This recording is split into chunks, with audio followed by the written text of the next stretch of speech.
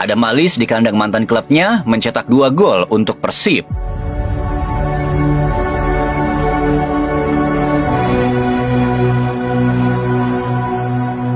Tapi sebelum kita berbicara tentang betapa indahnya sore itu, ada satu hal yang tidak bisa kita lewatkan. Malam sebelum pertandingan, hotel tempat para pemain Persib menginap diteror dengan kembang api. Bukan perayaan, bukan sambutan hangat, tapi teror. Upaya untuk mengganggu istirahat para pemain, untuk merusak konsentrasi, untuk menanamkan ketidaknyamanan di malam yang seharusnya digunakan untuk mempersiapkan diri. Dan hasilnya, Adam Alis mencetak 2 gol. Tom Hai memberikan assist yang visioner. Persib menang 2-1. Teror itu tidak hanya gagal, ia berbalik menjadi bahan bakar.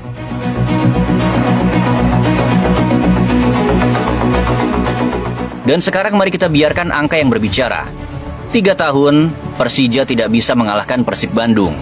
3 tahun dengan semua uang yang mereka keluarkan, semua pemain yang mereka datangkan, semua metode yang mereka coba pakai, semua pelatih yang mereka ganti, dan semua drama yang mereka ciptakan di dalam maupun di luar lapangan. 3 tahun dan hasilnya masih sama.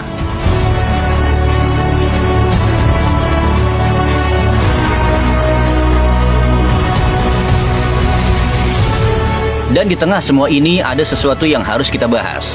Sesuatu yang jujur lebih menggelikan daripada menyakitkan. Sebelum pertandingan, alih-alih fokus mempersiapkan timnya untuk menghadapi Persib, ada pihak dari kubu Persija yang justru melaporkan Mark Klok ke Komdis PSSI. Bukan karena pelanggaran di lapangan, tapi karena sebuah jokes dari Kapten Persib. Ya, sebuah jokes. Di saat Persib sedang mempersiapkan mental untuk menghadapi pertandingan paling bergengsi musim ini, mereka malah disibukkan dengan laporan Komdis karena sebuah lelucon. Dan siapa yang mentertawakan hal ini paling keras?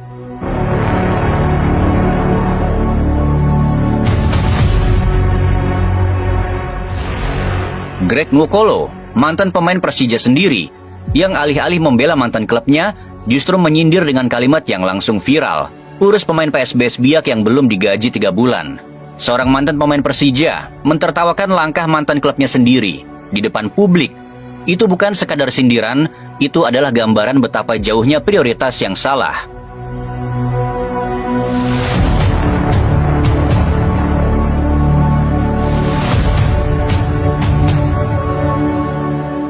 Dan dari semua yang terjadi sore tadi, ada satu kesimpulan yang tidak bisa dihindari. Dari sisi orasi supporter, Persija kalah.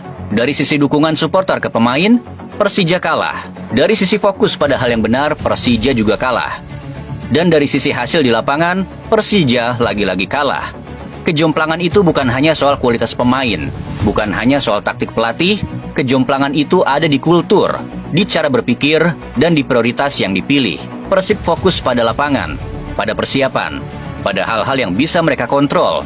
Persija fokus pada Komdis PSSI, pada laporan, pada hal-hal yang bahkan mantan pemain mereka sendiri tidak bisa menganggapnya serius.